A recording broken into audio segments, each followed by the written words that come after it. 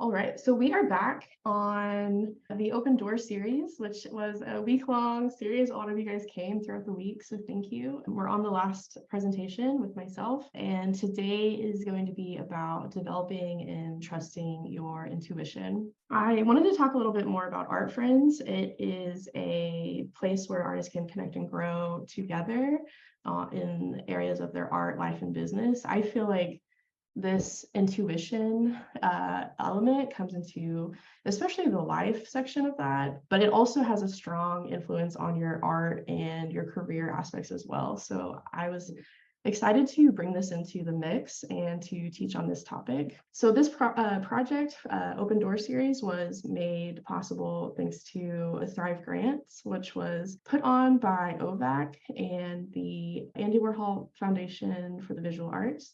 We have Ariana here to talk a little bit more about OVAC and to share about the Thrive Grants. Hi, yeah, I'm so excited. Your project has been awesome so far and made possible in part by the Andy Warhol Foundation and OVAC. And I know that most of you guys are very familiar with OVAC and the Thrive Grants, so I won't get into a whole spiel. If anyone watching this possibly recorded or in some other format in the future, you can check out thrivegrants.org and ovac-ok.org if you want to know more about OVAC and about Thrive. Awesome. Thank you so much. Let's get into the presentation. So let's see, can you guys see my name is Katelynn, and I am the founder of Art Friends, who's hosting this program today. I am a professional artist. That's what I do full time. I do different things within the arts, like teach, a lot of freelance gigs through teaching, murals. I create work and sell it.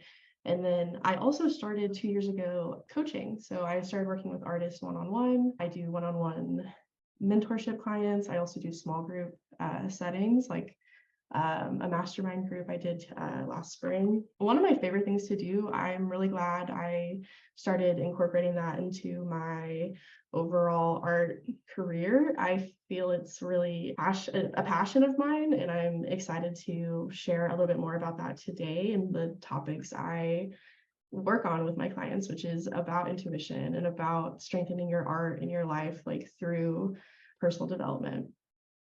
So I really believe your intuition is your biggest superpower. As creatives, you are inherently intuitive. And if you are able to tap into that and hone that intuition that you already have, I think it becomes your biggest asset.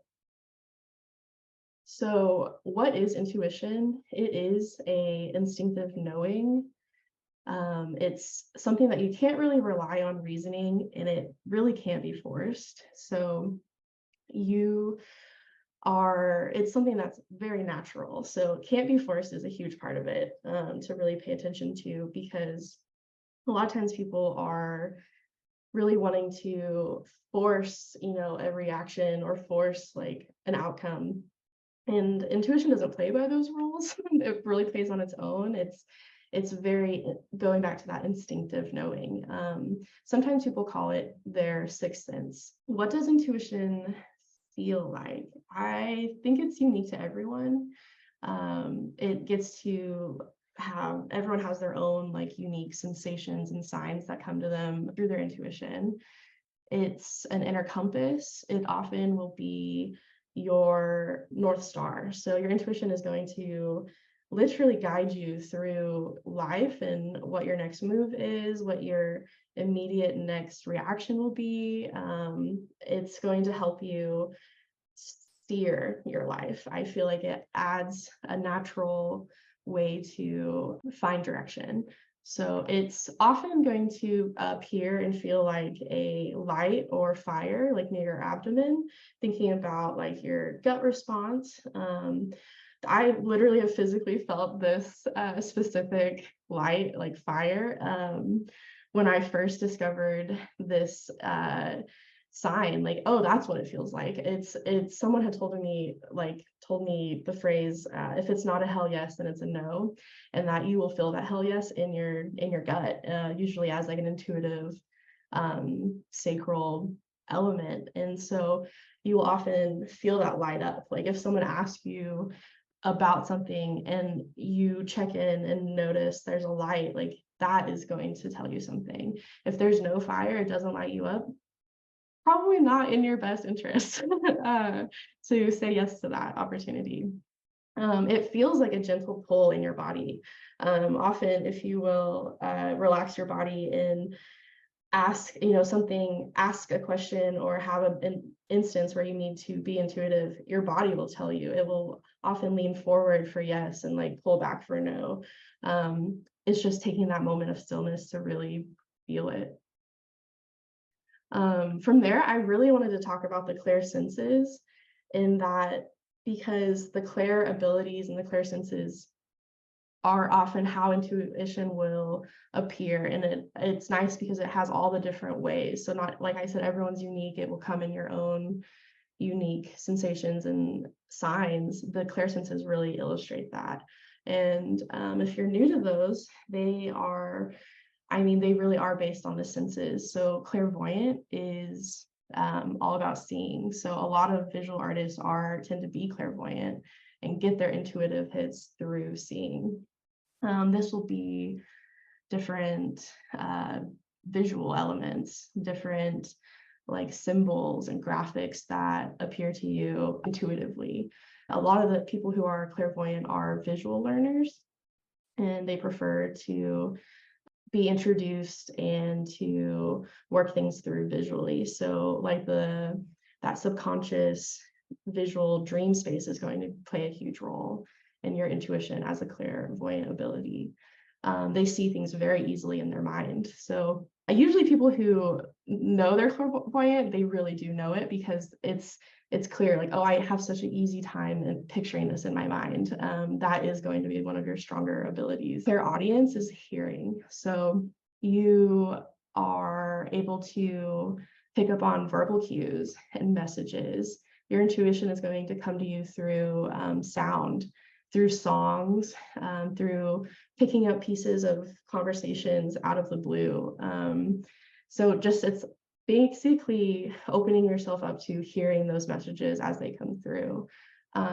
People who are clairaudient usually are drawn to like this exact setting, learning in lectures and group discussions, because they know that something that they hear is usually going to land for them. So another thing with clairaudience is that you will often hear messages, literal phrases, like as intuitive hits. And if you ever get a phrase like that comes out of the blue or like it's stuck in your mind, write it down and take note, because it's probably an intuitive hit. One for me recently was the phrase thick as thieves, and like that kept coming up in my journal, in my sketchbook, and like I'm working on a painting now that's about that phrase, and I feel like it's tying into like my bigger concept for my artwork. So things like that, it's all connected.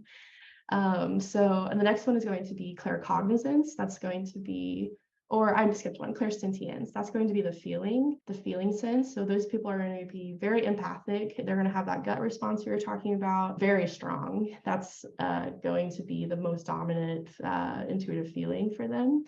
It's going to be amplified. If clairsentience is like an immediate feeling, when that's going to be the dominant intuitive form for them.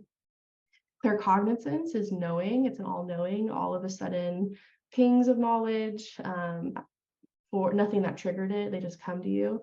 It happens a lot in conversation with other people, or like when you're driving, when you're in that meditative state. This one's probably the most difficult to get into because it feels counterintuitive to like logic, because you're like, I don't know how I know this, but it feels like it has to be true, and my intuition is telling me so. Usually if it's that sort of pure and like it's not fear-based, and we'll get into that, like emotional responses getting in the mix, if it feels really pure and like instinctual, then it is probably going to be your claircognizance. And then the lesser known ones that honestly don't appear too often but do have a role are clairaliens, which is smell. That one I feel like people do have a lot of reactions with clairaliens through like specific smells and signs. Like especially in through connection. So like connecting to memories or experiences. You can play with clair aliens in that way and really just pick up what maybe those specific scents are telling you or guiding you towards. An example of that would be like the smell of coffee, or like you smell a perfume that reminds you of someone, and maybe you reach out to them and they actually had something to tell you that was important, or maybe it's like an art opportunity, or it could be anything in your life, like, but something about that smell reminded you of them, and then you followed through on it and it ended up leading somewhere. So that's kind of the magic of the intuitive clairsenses, is it often leads you to something magical. Clairgustance is taste. Again, it's a little more rare, but it does come up. So that was a lot of information about clairsenses and intuition and it landing for you in a unique way. So I would love for you to just take a moment to think about, how does your intuition show up for you? When I labeled all those things and we chatted about them, and if any of them really come up more, I would love to hear about it. You could drop it in the chat. We do have some chats. Thank you. Oh, Teresa says clairsentience. Yes. Probably number 2 for Anj. Thank you. Yay, this is so fun. It's fun to hear what everyone like feels like their most intuitive ability is. For me, it was definitely clairvoyance, and then clairaudience came up second. So it goes into this is really, it's hard to talk about because it feels like it's so important. A lot of people, this is like their biggest block, I think, is knowing the difference between an intuitive hit and your intuition telling you something and it being an emotional response to something. I know that's really common with people who have anxiety, because your anxious tendency often tells you to second guess yourself and to like overthink, which is the opposite of intuition. And so being able to tell the difference is a really important like step, I would say, in developing it. So an emotional response is going to be, again, very immediate, kind of like intuition, but it's going to feel activating. So activating, think about the stress responses, right? Flight, fight, freeze, or fawn. If your response feels like it's maybe a triggered response, like from whatever is going on contextually, or if it's coming from something that feels familiar, you got to ask yourself, like, why am I responding in this way? Does it feel familiar? Or is it something like from my past that is being brought up in this new light? It's going to take that self-perception to really dig a little deeper and see maybe where that is coming from, just if it feels activated. Intuition feels very, again, natural, like it's your true self that's in control of this response. It comes from a very grounded and secure place, and it usually has your best interest in mind. Like your intuition is never going to harm you or put you really in bad situations. Like it's always going to have your best interest in mind, in my opinion. It's there to protect you. So the next one is why your intuition may be blocked. So like maybe you are like, yeah, this sounds amazing.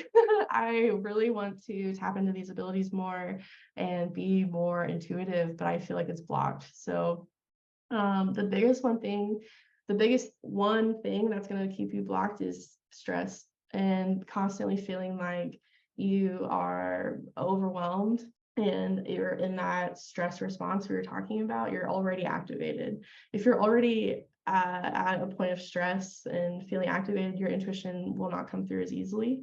So anything you can do to de-stress is going to get you closer to that grounded place.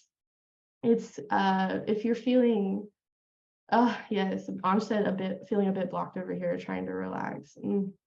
So that's amazing that you felt that way, you identified it, and that you already have that next step of wanting to relax. And so we're definitely going to talk about ways to incorporate that relaxation and grounding into your techniques and your routine.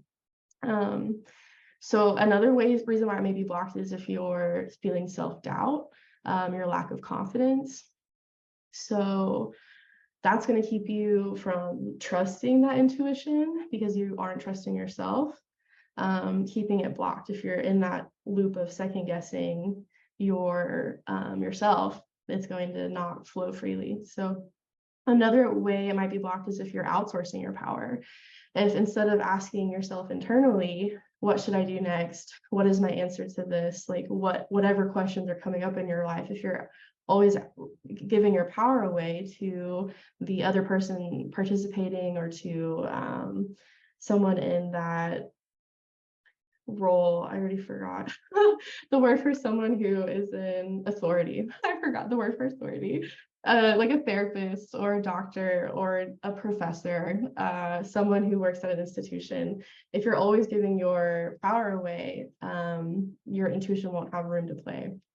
And so another reason that your intuition might be blocked is if you grew up with unsupportive caretakers. Maybe you never had space to develop your own sense of self and voice and have that strong gut feeling because it was always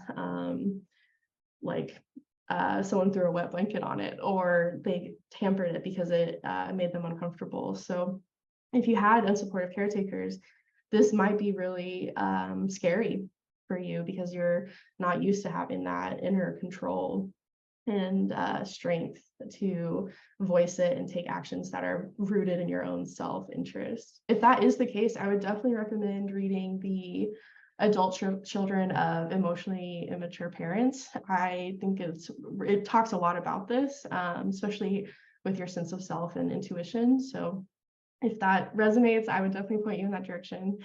Another reason would be information overload. If you are constantly like on your phone or reading the news, like there's too much going on to like have that clarity to hear your own intuition. So I definitely pick up on this like when I'm scrolling or especially with TikTok, like the massive amounts of information coming your way. Like usually as creatives, like we are naturally empathic and absorbed. So you got to be careful about how much because it will kind of block your inner knowing.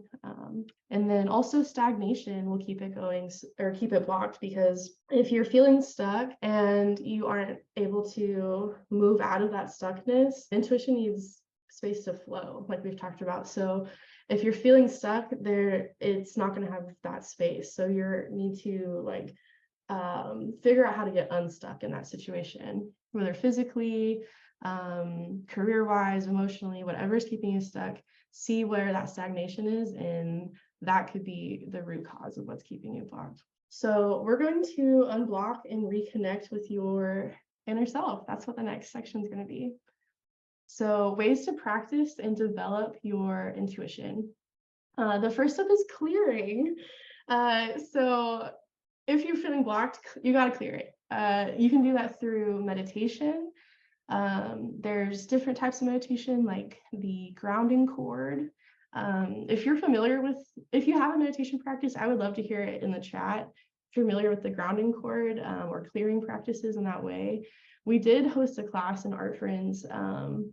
It's in the library with Amy Soanes from she teaches meditation in California and taught us all how to do a grounding cord. So I would definitely recommend that video. And then any clearing practices you can do or any simple meditation throughout your day to really clear all of that internal or external information that's causing that overwhelm or stagnation. I would recommend connecting with nature. So nature is always going to be a very grounded place to go to clear whatever is in your mind and in your space, whatever blockages you have. I feel like when you get out to nature, it returns you back to your natural self.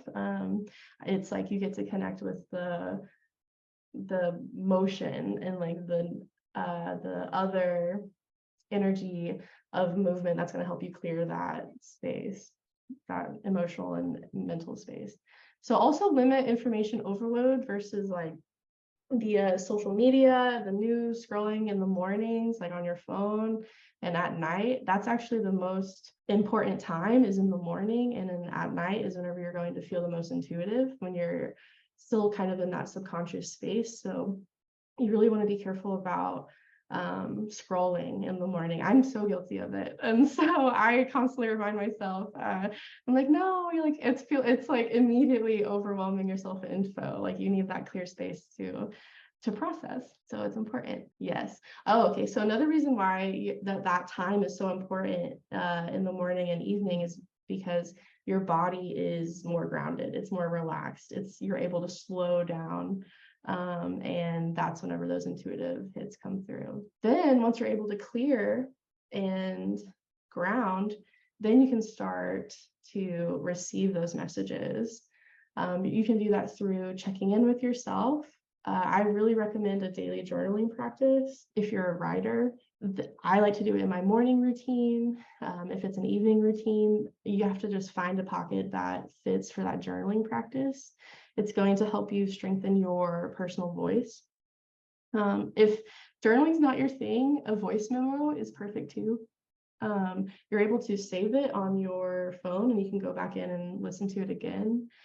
Divination, I put divination because it's pretty witchy, but it could be anything like a tarot deck, an oracle card deck, or even a simple playing card deck. You could just write words on pieces of paper and put it in a bag and pull from that. Any sort of like external thing that you can pull and check in with. I really recommend the tarot or oracle cards for that. A body scan, which is where you start from your head, the top of your crown, and you scan all the way down to your eyes, your cheeks, your chin, your neck. You scan your whole body and all the way down to the soles of your feet, and you check in with yourself. And that will help you ground into that body and allow your body to tell you anything that is coming up, because your body is naturally intuitive. Another way you can do it is to develop a routine that prioritizes this practice. Like I mentioned, the morning and evening routine. Think about where in your day this sort of intuitive practice is going to fit, so you can make sure you have that relationship with yourself and you can check in with yourself every day. I think the routines make it to where you are prioritizing it, especially in the morning before you get that information overload and start giving to other people. You're able to really have that self time. Another way is to do intuitive movement, action. That's that flow, picking up out of that stagnation, whether that be intuitive dance or taking a walk if you need a walk.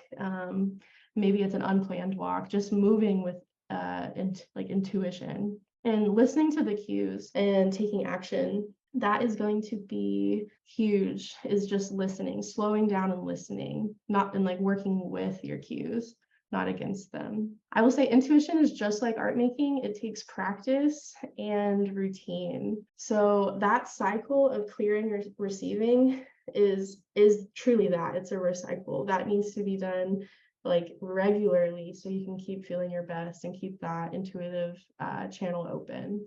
So finding ways to incorporate this practice into your daily life is going to be key. And you can also have moments of intuition like throughout your day, and not in these formal practices like journaling or pulling cards or doing yoga or meditation. It could be simple, like, what coffee cup do I want to use today? And just like checking in and seeing, and maybe you gravitate towards the red one because you maybe need more confidence for that day or something like that. It can be super playful and light, and just opening up that channel and giving yourself space to have an opinion and listen to that intuition come through. I like to do it like especially intuitive in my practice, like in the morning, like what tea do I want to use today? What clothes do I want to use? And see what that intuition pops up. It can be really playful and fun and like just fill in throughout your day to make it all really magical. But yeah, that's key, is to find a place and time in your routine to do it. So self-awareness and prioritizing. This came up in our lecture yesterday about how to use your intuition and know what to do next. And I feel like that really plays hand in hand with artists because we often are overwhelmed with options and don't know where to put our energy towards. So that's going to come back to self-awareness and prioritizing. So once you have that practice set, you're able to reflect and look for common themes or messages, like in your notebook, in your tarot or oracle pulls, in your voice memos to yourself. You're able to look back and see what themes came up and what messages came up for you over and over once you have all that practice. It becomes really clear what that theme for you in that season of life will be. Another way to really prioritize is to think about filling your cup. And I like to think of it as multiple cups. And you can draw this. I know a lot of us are visual people. So if you want in your sketchbook, you could draw circles or cups and fill them up as much as you intuitively feel your cup is filled up with, like visually. Make one for art, make one for health, make one for finances, for work, relationships, exercise, the areas of your life, and fill each cup up with how full you feel fulfilled and satisfied in that area.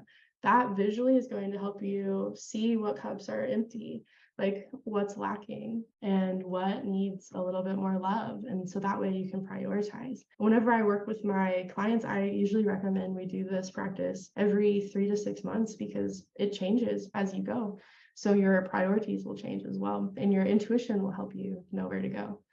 So pay attention to the personal cues, the good and the bad. If your body is telling you, I am burned out, like I can't even take care of myself, like listen, that's a cue. Like I am too exhausted to take care of myself. Maybe lighten your load. That's your intuition saying, like I'm tired. But also listen for the good cues, like we talked about, like being with this person lights me up, like that's a good cue. Serving on this like board lights me up, that's a good cue. Follow the good and pay attention to the bad. It's going to be really helpful. So you also want to pay attention to your personal cues. Speaking about cues, your body is intuitive by nature. You're going to want to choose what feels the most like you, what feels the most like you at that moment. And if you check in and know that, like, then that's going to help you pay attention to that personal cue and act on it. Emotional, racing thoughts, short-tempered, that's going to be a personal cue that it's not a good fit, that you're reaching burnout, that you're maybe needing to prioritize or fill up, do the cup exercise and see what cups are causing this, maybe short-tempered emotional state to occur. You might have some physical symptoms as a personal cue, like headache, fatigue, aches. If things are not in alignment, you might have those physical symptoms coming up. It's a good physical body sign to readjust. I really want to talk about what does an intuitive art practice look like. We're all artists. I think intuition plays a huge role in being an artist. And when you develop it, it can lead to very magical things for us. So you can develop a intuitive based work. Maybe if you are usually working in a specific area that uses a lot of your logic brain, you might be able to practice doing sketchbooks with your right side of your brain, get it messy, see what marks come out without trying, see what's lying there intuitively for you. It helps you follow your unique path and have that confidence and clarity in that path. If you are making these decisions from a grounded, intuitive place, you feel confident in those decisions, in yourself, in the direction you're going, and you have clarity for it. You'll work with more aligned opportunities and have more aligned collaborators because your intuition is going to guide you to opportunities that are in your best interest, that are along those bigger picture goals that you have. And you just won't have room to say yes to things that aren't aligned because your intuition will tell you not to. And then you'll also have an increased capacity for growth because people who are following their intuition are also adaptable. You're able to constantly check in and pivot, to reprioritize, to go with the flow, and you're able to grow because of that ability.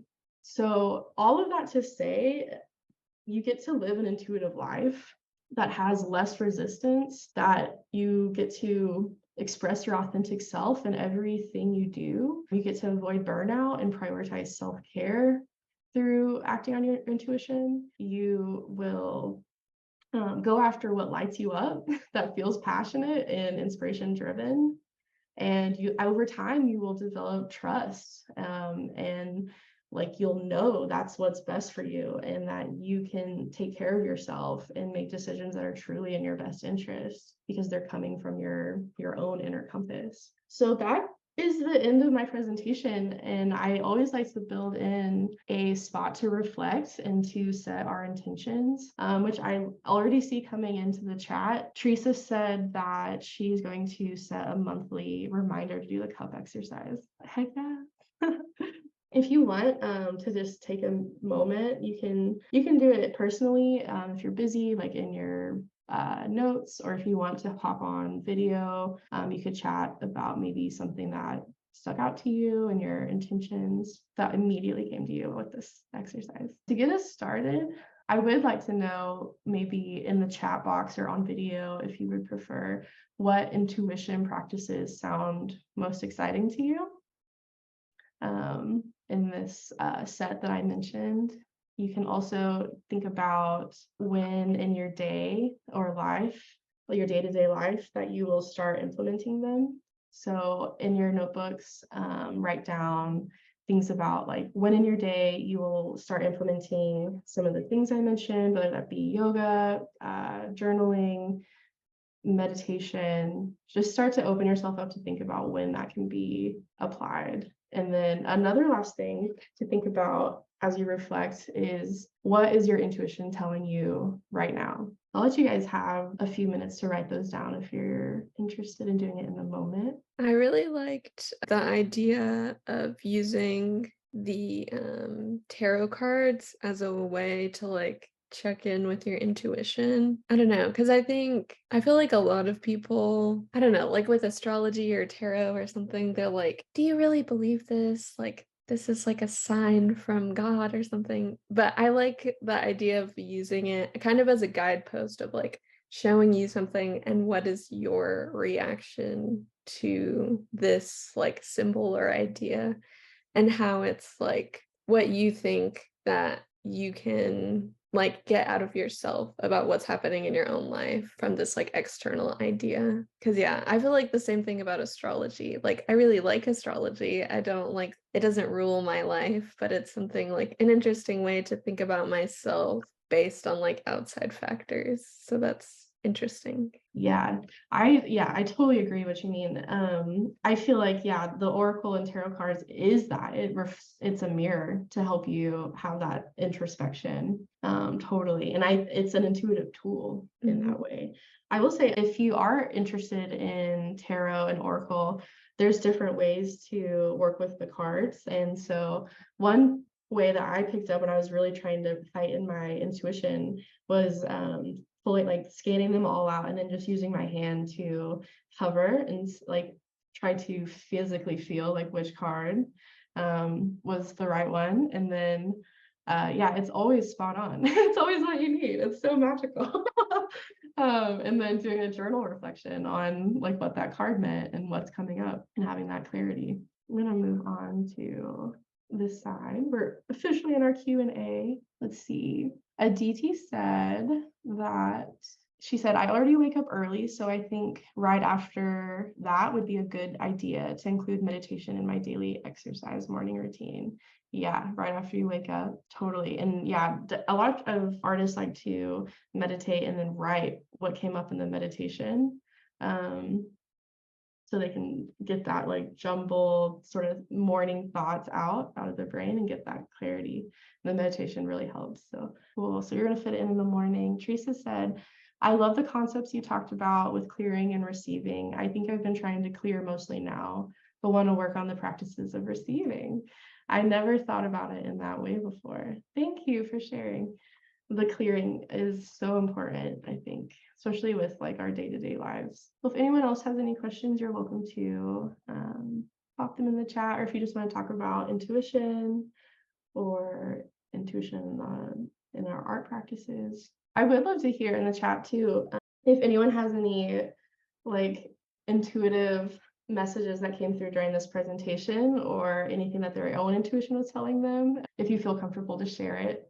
Teresa said, how do you use your intuition when creating new art? I think for me, usually I tend to do different things. I'll start in my sketchbook. And if I'm like, for example, the Sister show I did last fall, that started as I did a lot of intuitive writing and came up with like the concepts for the show before I made the pieces, the concepts for each piece before I made them. And then but all of that even started because I had an intuitive hit to talk about death and grief. And I think that my logical side was like very afraid of that and was like wanted to not really let that happen. And I was like, well, no, intuitively, I think this is the right next step for my work and for like this type of work I want to be making in the future. And so I trusted it and then jumped all in through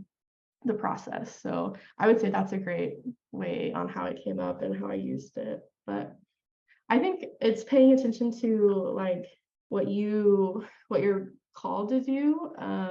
And if there's any fears around it, that's whenever you know it's probably going to be really juicy and you should follow it. So I think the fear keeps you small and keeps you from really going as far as you are meant to go. I have a question. I feel like I've been trying to find the balance of like, working and social life and like everything outside of art. Um, and like I have a show coming up and it's still several months away, but I've been like trying to listen to my intuition about like what kind of stuff I want to work on that's like enjoyable so I can kind of like avoid the burnout of like forcing myself to work on something that I'm not enjoying.